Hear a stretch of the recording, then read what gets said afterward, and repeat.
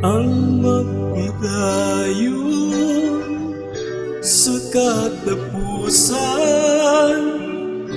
Siya gayon ang gantihan.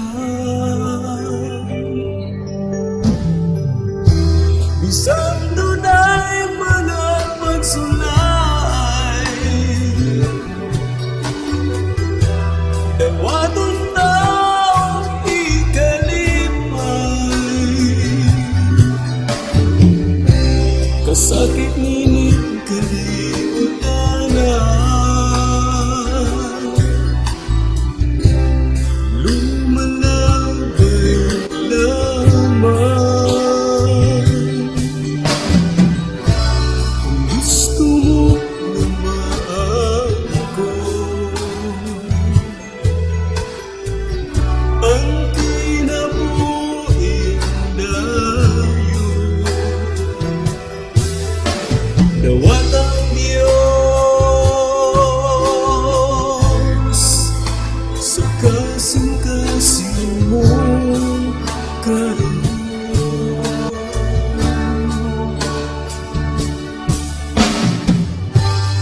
Ang pagbalik sa Ginoo, walay bisan sana nasayang. Ang kasiguruhan sa kaluwasan, kang Kristo lang makapalagay.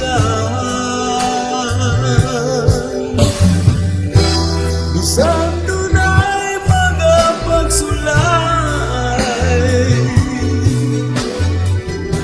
dawaton taong ikalipay. Kasakit nining kalimutan na,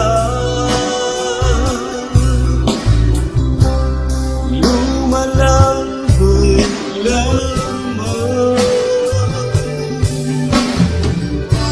Kung gusto mo na maangko, ang kinabuhin dayon, dawat ang Diyos sa kasing-kasing mo karon.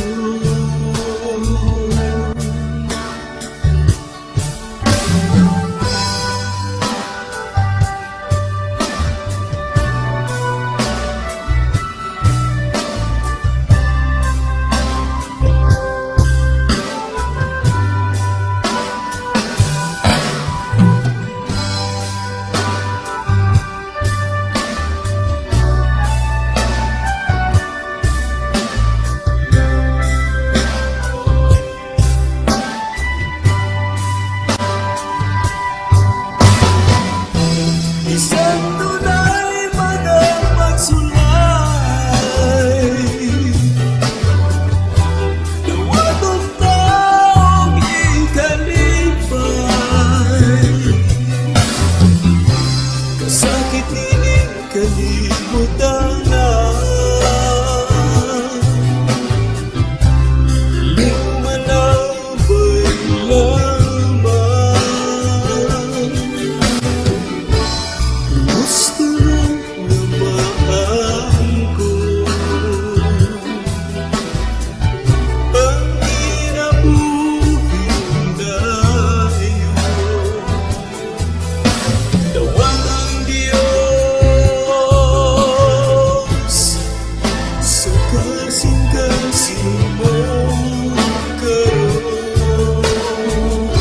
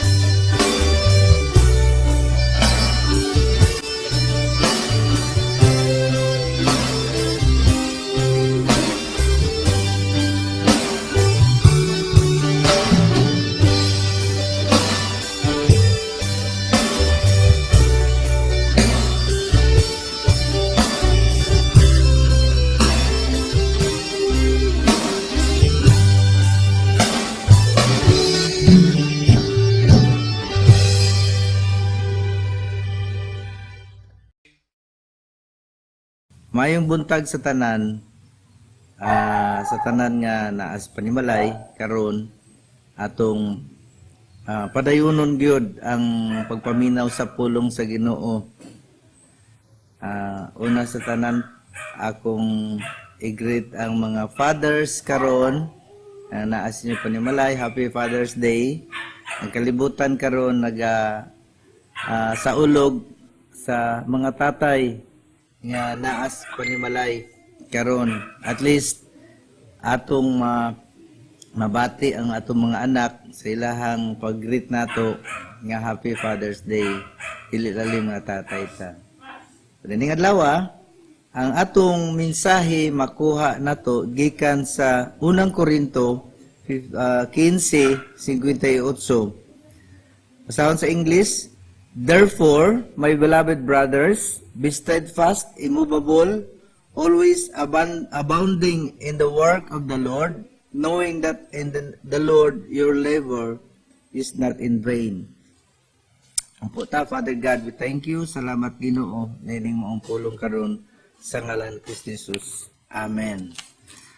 Sa Cebuano, busa hinigugma kong mga igsuon, kinahanglang magkalig-on kamo dili matarog sa kanunay, magmadagayaon sa buluhaton sa Ginoo. Sa nasayra ninyo nga diha sa Ginoo ang inyong pagpangabudlay dili gayud makawang. Nining adlaw atong giuluhan kini og winning the battle, ang atong mensahe ni adlaw. Daghang gubat sa kinabuhi nga atong mahibalagan, mao gani nga ato karong tun-an sumala sa gisugyot ni Apostol Pablo. Siya nagapahinumdom nato kung layo kita diha sa kadaugan ni Kristo sa kamatayon, wala gyud gihapon tay kapuslanan sa atong pagtuo diha kaniya, because he rose from the dead. We know that he will rise from the dead. Ultimately, our victory is certain. But what about our battles? Unsa kaha ang ato ang pakigubat karong panahona, labi na sa panahon sa pandemic?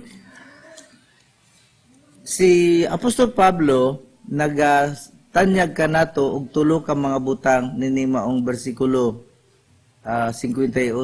Buni ang katapusan sa kapitulo 15 ang iyahang gisugyot sa matag usa ka nato og diha sa simbahan sa Corinto.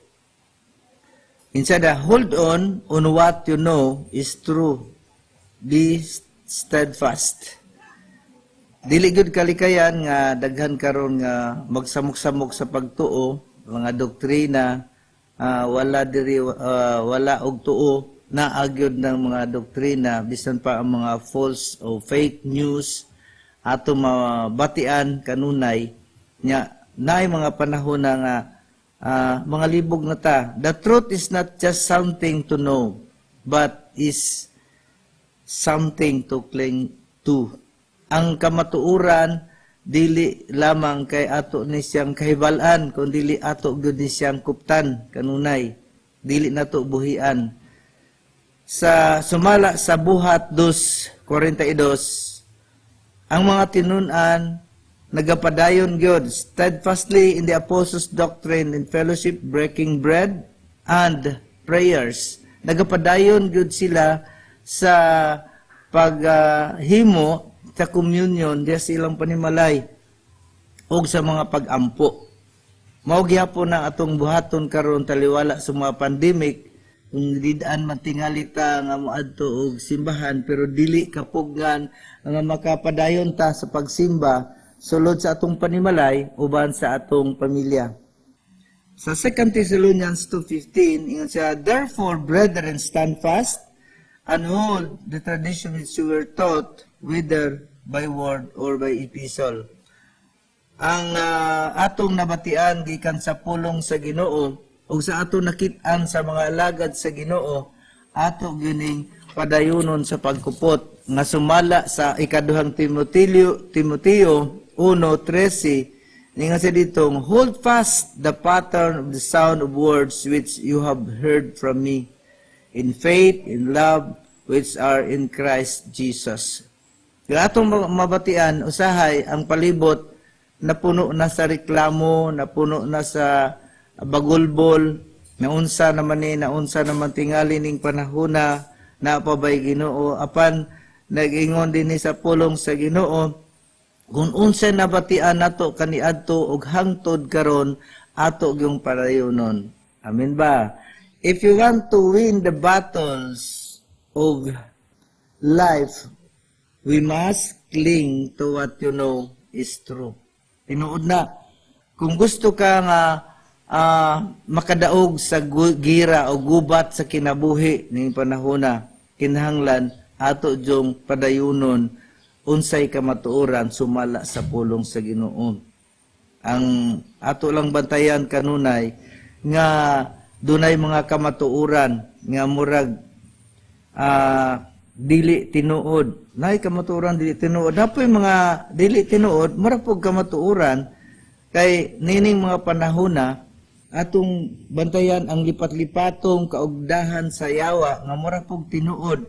Kinahanglan nga mukuputa unsay gisulti sa pulong sa Ginoo sumala sa Biblia ug unsa po'y gisulti sa mga alagad sa Ginoo nga nagsubay gayud sa Biblia. Nay mga panahon karon dili madugay sa inyong panimalay muadto dito magsangyaw otherwise sa pulong sa Ginoo kay kininindot apan atong barugan nga ang Dios mismo nagasulti nga iyang pulong matuod gayud kanunay. God's truth is an anchor for your life. Mao gyud ni siya ang anchor nato ang Biblia kanunay. Kanunay nagsulti ang Ginoo dili gyud ni mausob. Gani dunay plano, dunay mga plano sa bag-ong panahon karon nga usbon ang Biblia kay sumala sa life changing daw sa world nato karong panahona. Usbon daw i-revise, ihaom daw sa bag-ong panahon. Pero dili gyud mawala ang kamatuoran. Bible is the Bible.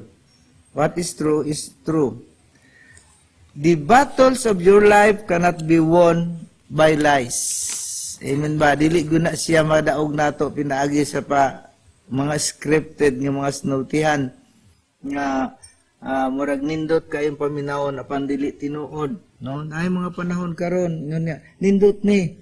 Bisan pa example kanang musuri na kay magsuri ining mga networking mga kabahin og kwarta nga ingon dayon nga makasinati ka or dawat ka og 30% after 2 months min ana nindot kay paminaw di ba nindot kayo nga pagkakita kag kwarta nga wala ka gahago pero mura pag tinuod pero sa ngadto dili di sa tinuod kay mabangkara pero maghihapon we must make a choice either to retreat or to resist sa mga kaugdahan sa yawa ning ulahing mga adlaw.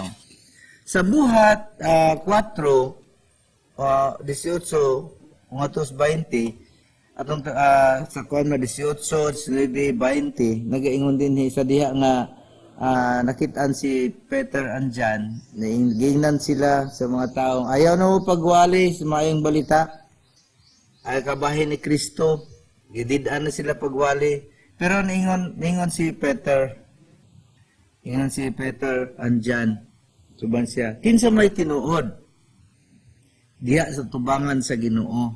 Kinsa may among paminawon, kamo ba nga maghuhukom? Kinsa nga kay para kanamo amo gyung ipadayon ang unsa may among nakita diha ni Kristo. Among ipadayon sa pagwali ang maayong balita kabahin ni Kristo. Kana ingon ana magsuon nga dili nga tong atras. Amen ba? But none of these things shall move us. Ginsa nga sa buhat 20:24 walay makatarong sumala ni Apostol Pablo. Ingon siya nga dili gyud makatarog bisan pa ni mga butanga.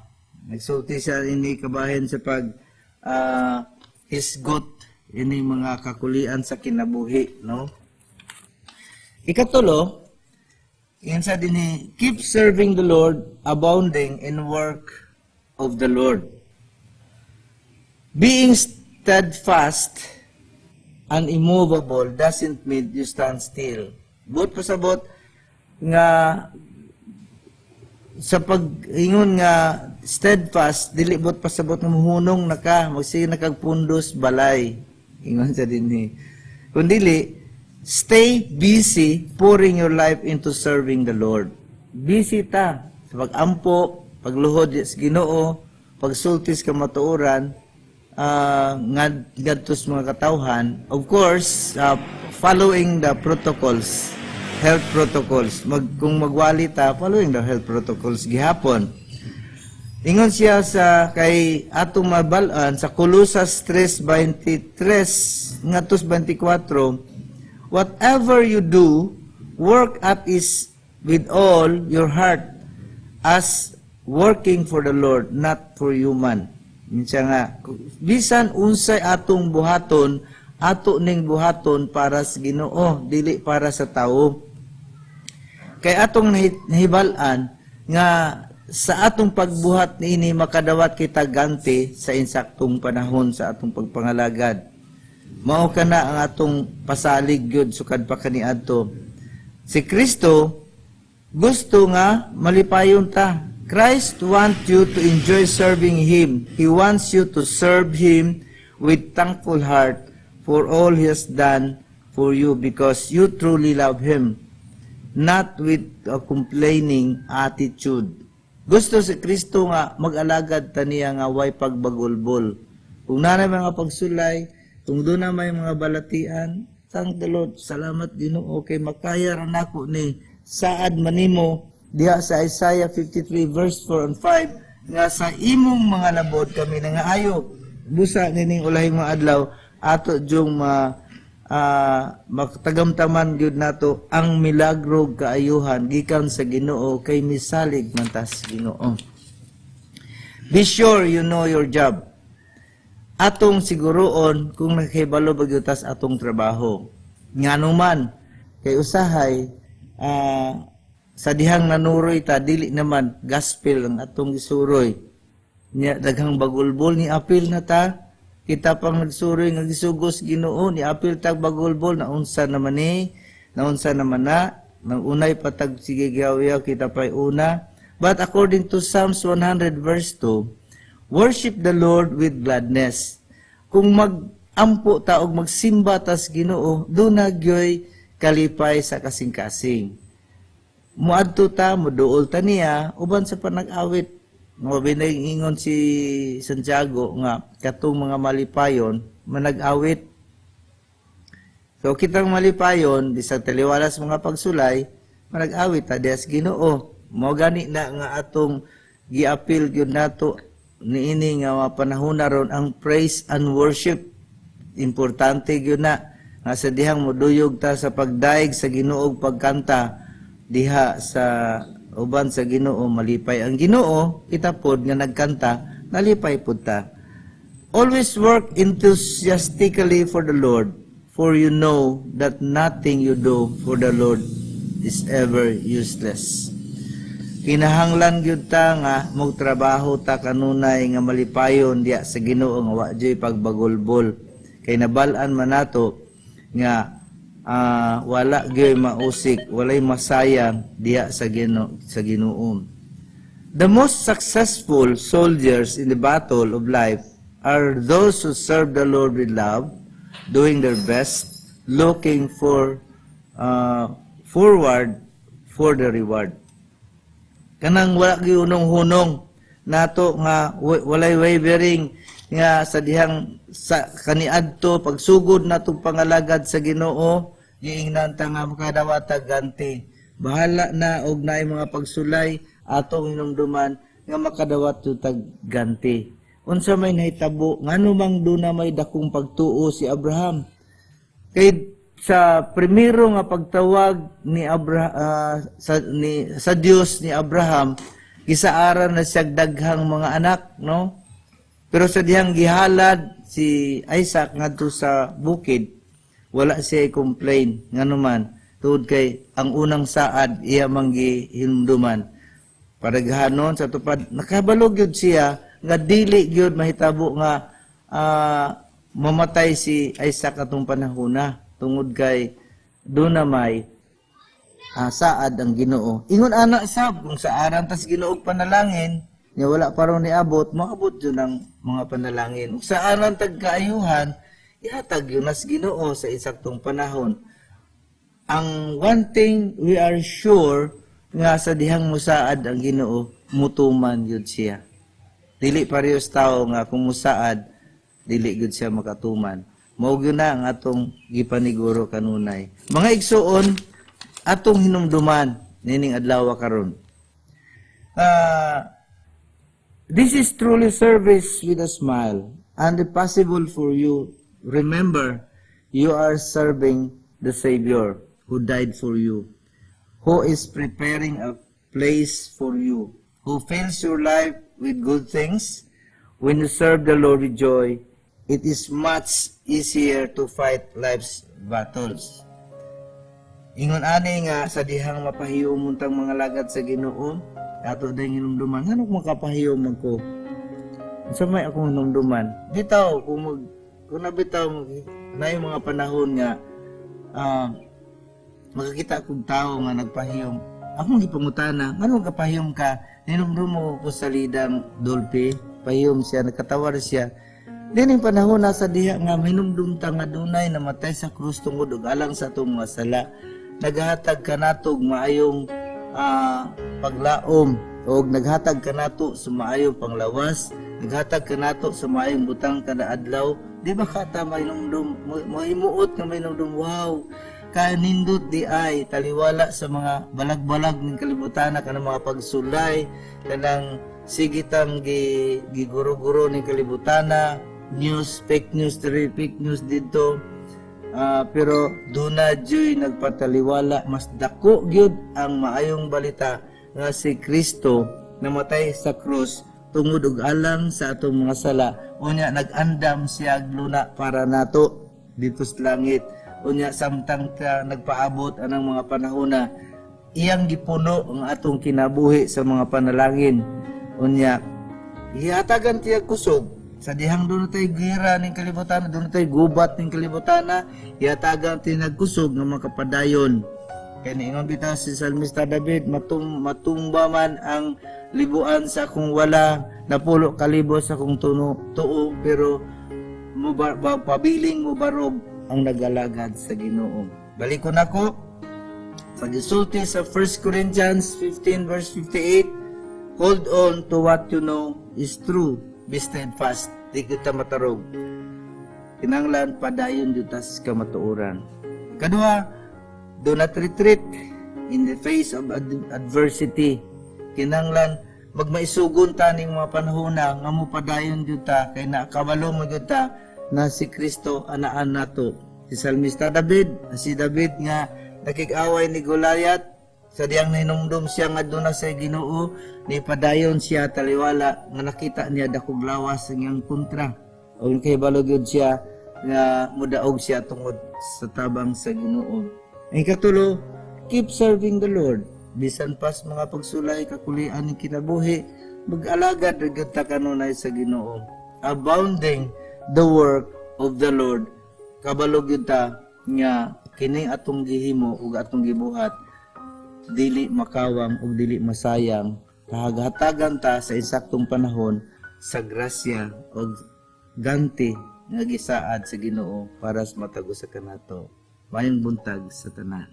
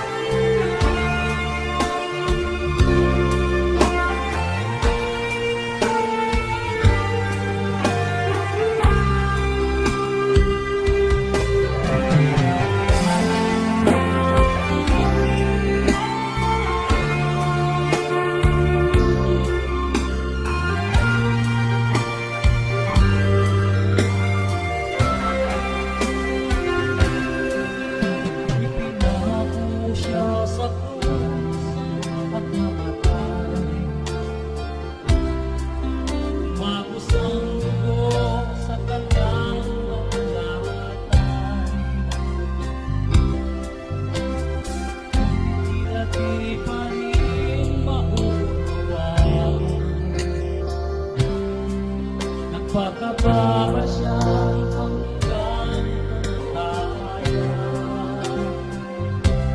nagdamit sa dakilang pag-ibig niya sa'yo.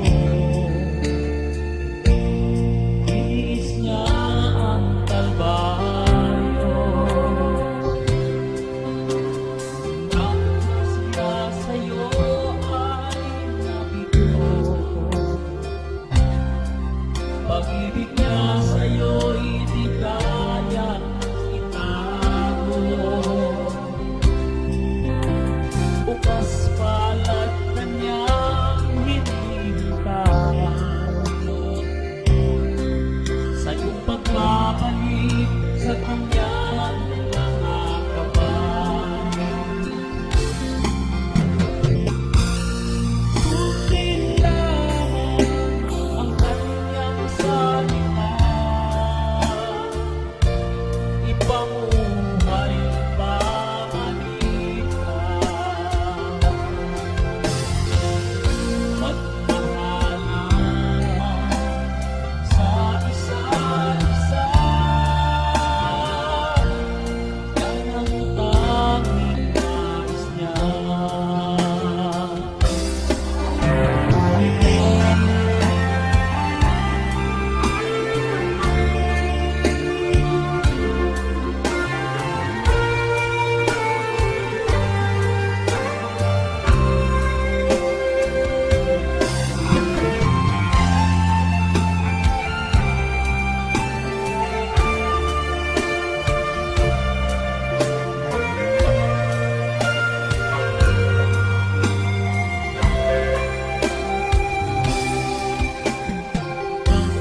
Siya sa'yo ay nabito. Pag-ibig niya sa'yo'y di kayang itago. Bukas palad kanyang hinihintay sa iyong pagbabalik sa kanyang mga kamay. Sundin lamang ang kanyang salita, mamuhay pamanita. Pagmahalan sa isa't isa, yan ang tanging nais niya.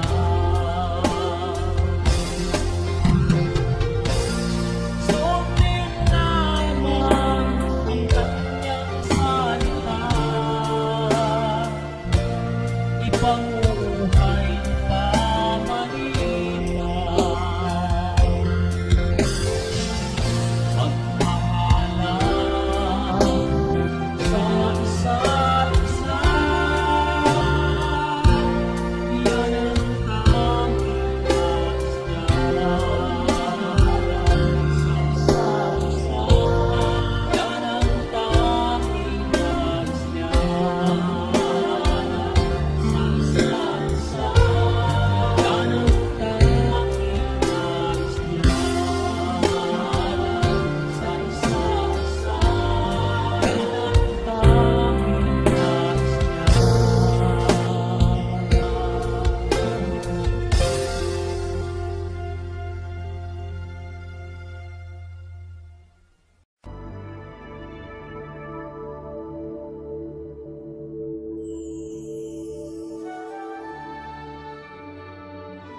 Higit sa lahat ng uri ng pagpapalay, Ikaw ang aming nais, Panginoon. At kailanmay walang ibang makasasapat sa naising ito. Dahil Ikaw ang yaman ng langit, na sa amin ipinagkaloob ng Diyos Ama, upang sa lupa man ay aming maranasan ang iyong banal na kaluwalhatian.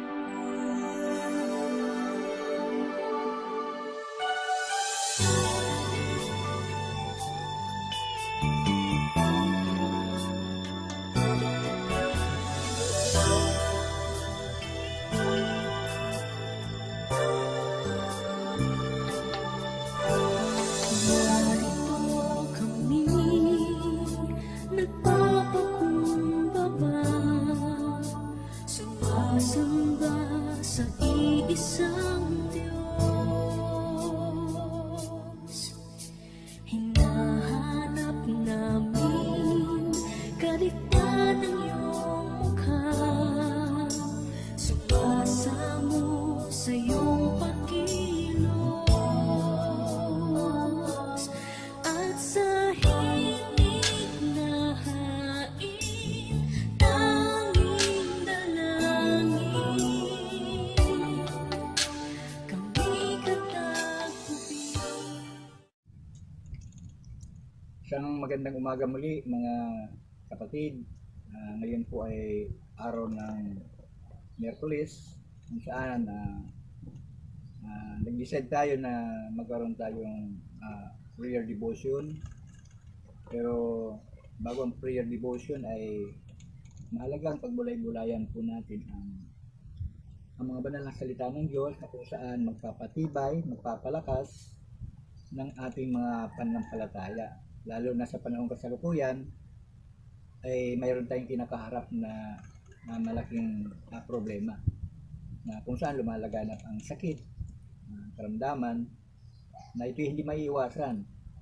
Kaya ang tanging magagawa natin ay manalig sa Diyos, sumampalataya na puproteksyonan pa rin tayo sa kabila ng nakakatakot dahil walang pinipili ang virus.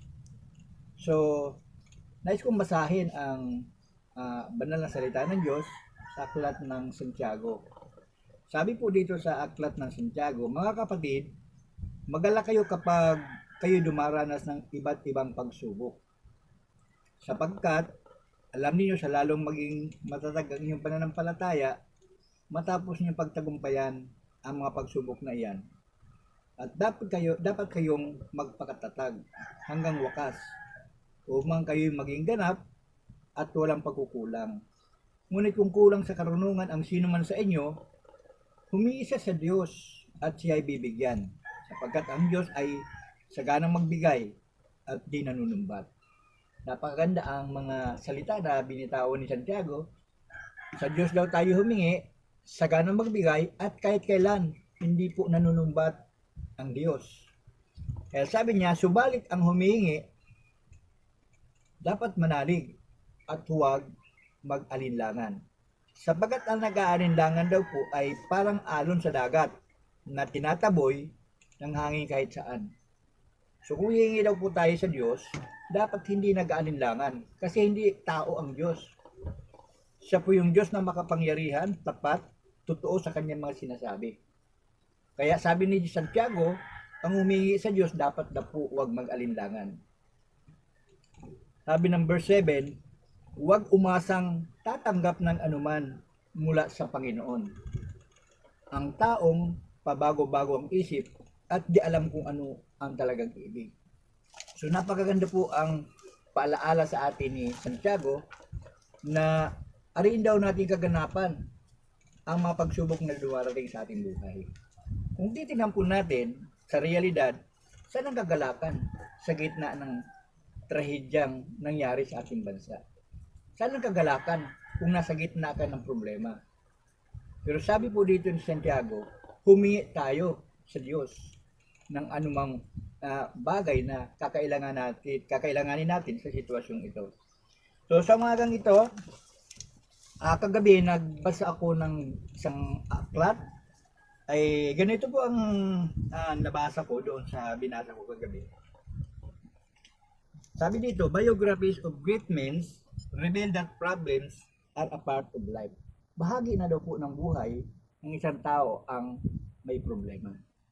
Sino po ba ang walang problema? Pag sinabing walang problema ang tao, delikado. Bakit? Ang tao walang problema nandun sa mental. Hindi niya iniisip ang kakainin niya, hindi niya susuotin ang kanyang isusuot, hindi niya hahanapin ang kanyang mahal sa buhay. Basta sapat na lilipas ang 24 oras, wala siyang hinahanap. Bakit? Wala niyang pinoproblema. So yun po ang tatalakayin natin ngayong umaga.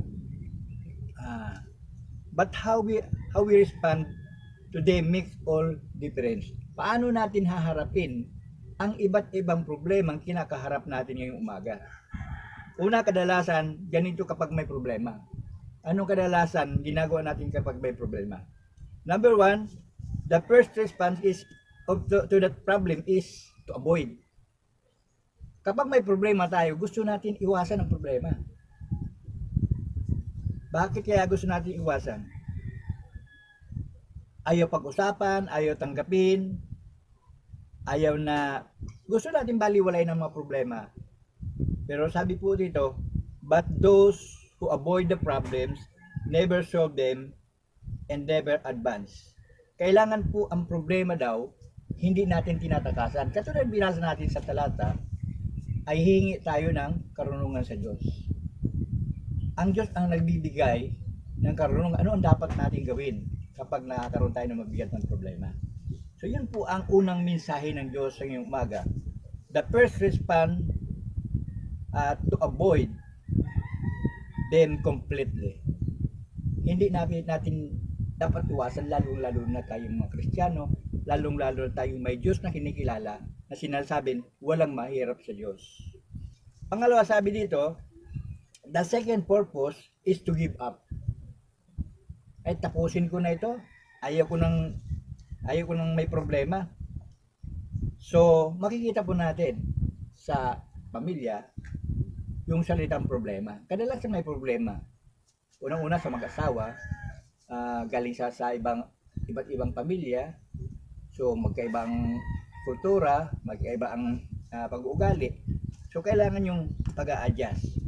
Sa kanilang pagsasama, mayroon silang sinumpaan.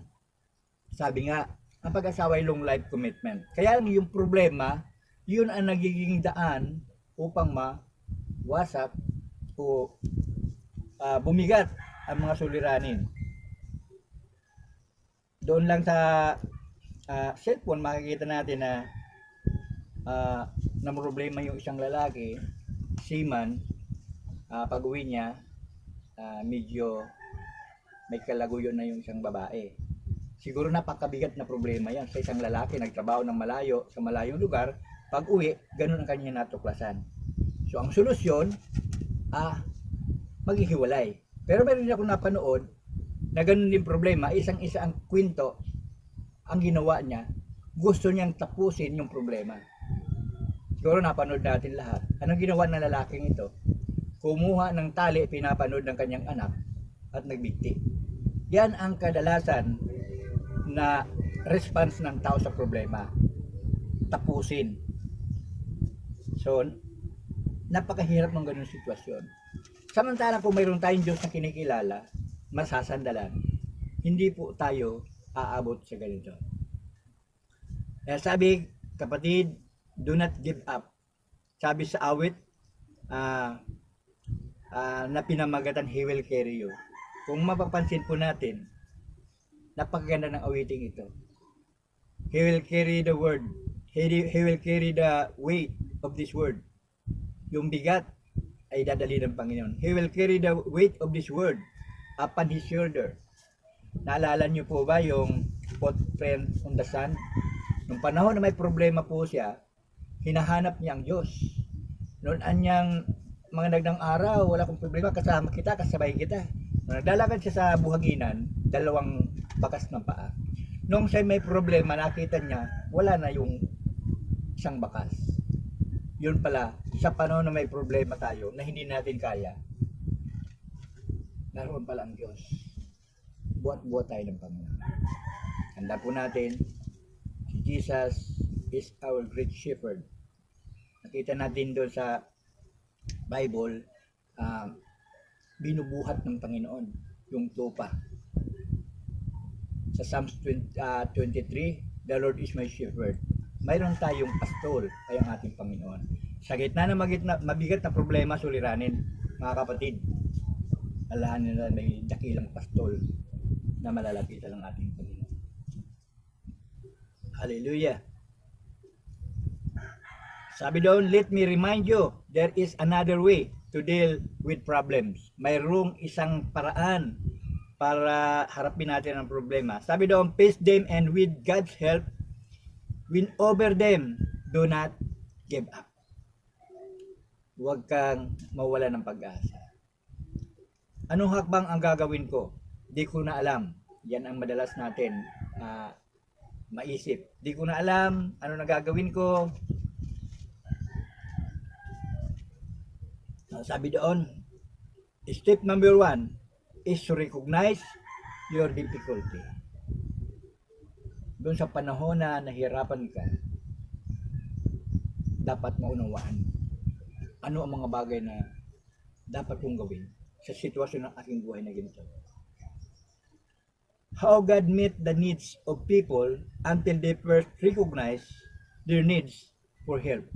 Nung ang Panginoong Hesus natin ay narito sa lupa, nakita niya ang kalalagayan ng mga tao.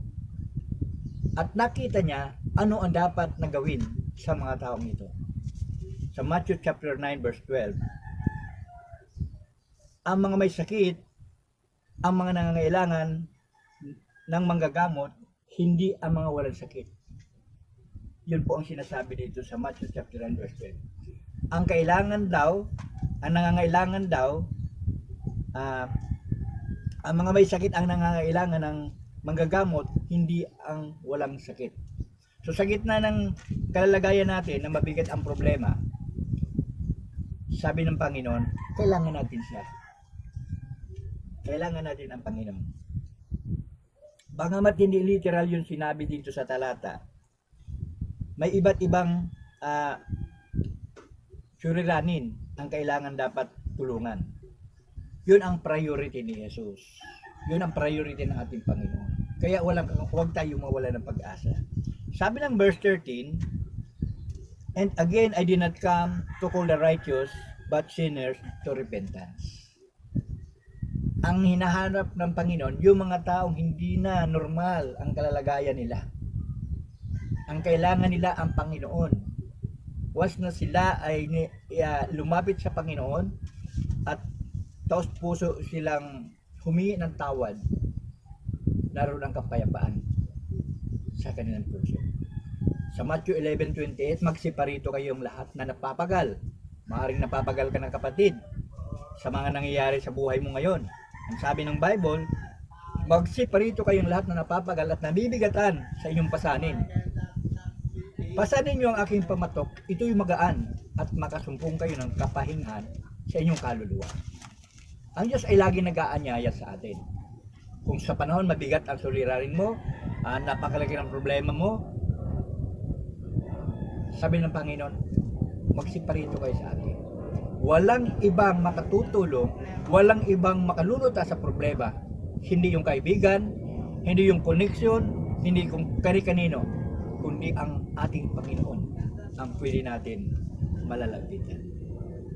Pangalawang dapat gawin kapag tayo po ay nasa gitna ng problema. Do what you can to solve your dilemma. Huwag mong iasa sa iba. Ikaw talaga ang lulutas sa problema mo. Naalala ko yung kwento dito sa Bible, si Zacchaeus. May malaki po siyang problema. Ang problema ni Zacchaeus, iba naman. Gusto niya makita ang Panginoong Hesus. Gusto niya makita ang Panginoong Hesus. Kaya may problema. Maliit siyang tao, ay napakaraming tao nag-aabang sa Panginoon. Pero sabi ko may paraan. Kung gusto may paraan. Anong ginawa ni Zacchaeus sa kanyang problema? Gumawa po siya ng kaparaanan, umakyat siya sa puno ng sikomoro, at nasolve ang kanyang problema. Nakita niya ang Panginoong Hesus at nakita rin siya ng Panginoon. Dahil sa pangyayaring iyon, solve ang kanyang problema. Nakalaya siya sa kanyang kalalagayan. Natanggap niya ang kaligtasan mula sa Panginoon. Hallelujah. Ano ang problema ano rin yung problema sa Zacchaeus? Maliit siya, napakaraming tao, pero gumawa siya ng kaparaanan. Sabi ng Luke chapter 19 verse 1 to 8, gaano makalaki ang problema?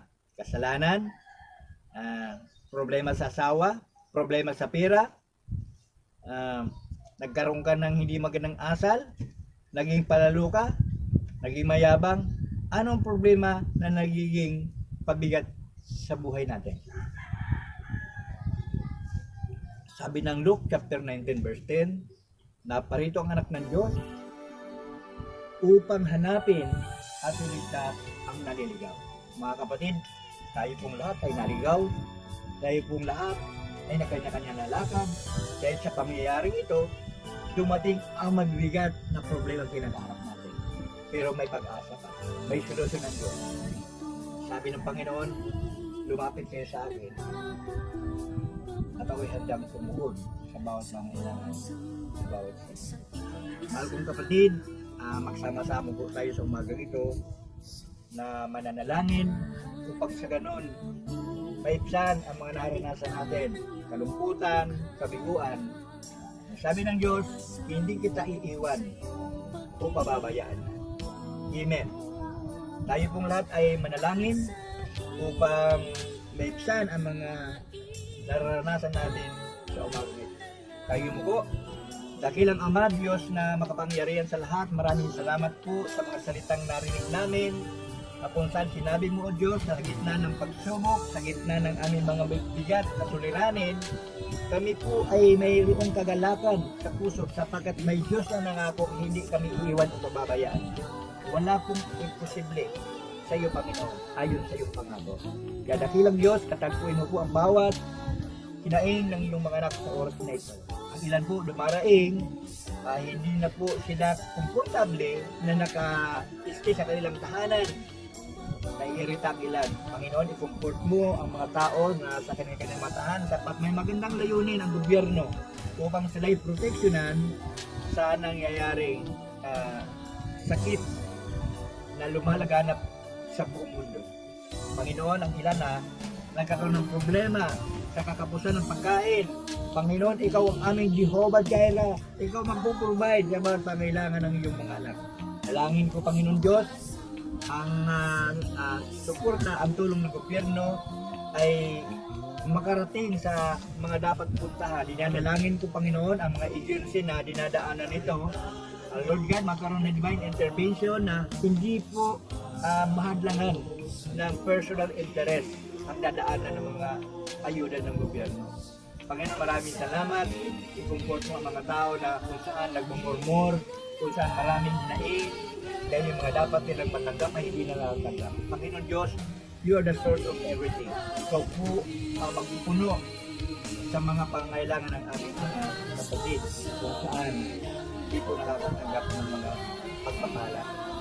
Dakilang Diyos, ang ilan ay malaking problema. Ang ilan tinamaan ng coronavirus. Napakahirap, Panginoon. Ang mga nagkakasakit ngayon ng coronavirus. Hindi nila madalaw ang kanilang mahal sa buhay. Kung sakali man na hindi sila papalarin, sila'y mamamatay at makikita na lamang ay akabo ng kanilang pagkaumupan. Panginoon, dinadalangin ko po ang bawat nakikinig sa mga gabi. Proteksyonan mo po ang kanilang mga buhay na hindi po sila tablan ng coronavirus. Panginoon, ibalot mo po ang lahat na nakikinig ng iyong banal na dugo na natigil sa krus ng Kalbaryo, 2,000 kanyang lumipat, upang sila po ay hindi maapektuhan ang virus na kumakalat sa buong mundo. Panginoon, sa umaga nito, pinapupurihan ka namin pinasalamatan. Sa walang hanggang pagpapala mo sa amin. Sa walang hanggang pag-aangga. Mag-protect sa buhay ng bawat isa. Panginoon Diyos, napakabuti mo kami. Kahit kailan hindi ka nagbuhay. Binabalik namin sa iyo, Panginoon. Ang aming pusong pagpasalamat. Pagpalain mo ang lahat ng nakinig sa bagong ito. Sa iyo ang pilihan, kalwalatian sa kanila ng Jesus. Amen.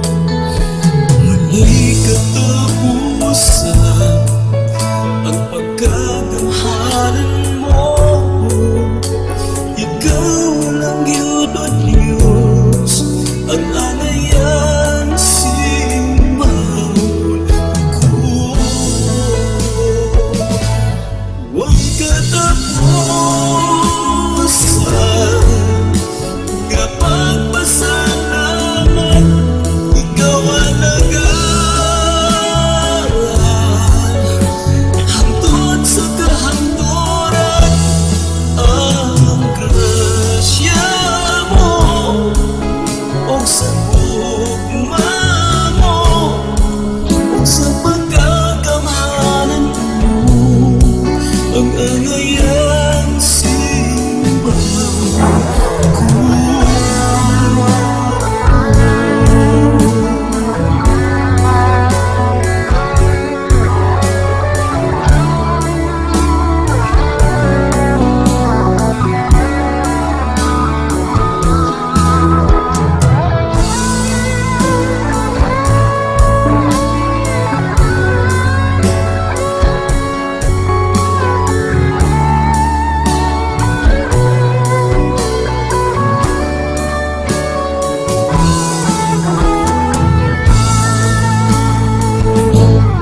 May katapusan nga pagpasalamat, ikaw ang hangtod sa kahanturan, ang grasya mo o sa gugma mo o sa pagkakamhanan mo, ang angayang sipahon ko. Way katapusan nga pagpasalamat, ikaw ang hangtod sa kahanturan, ang grasya mo o sa gugma mo o sa pagkagamanan mo, ang angayang simbahan ko. Ang angayang simbahan ko. Ang angayang simbahan ko.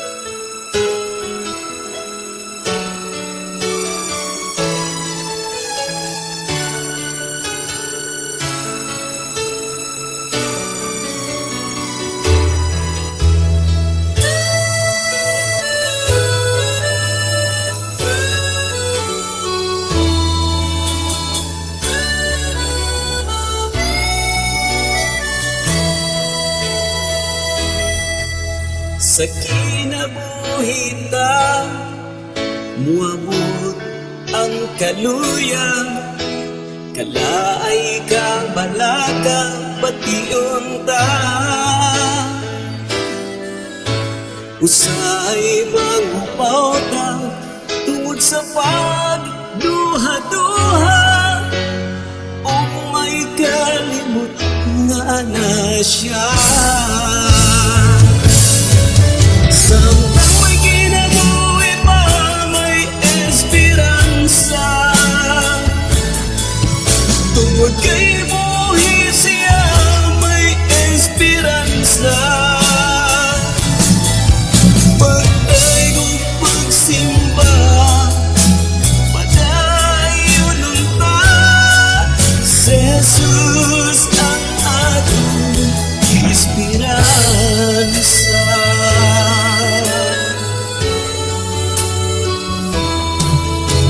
Bisan asa kita, niining kalibutan na, kanay ka balaka, masugatan ta.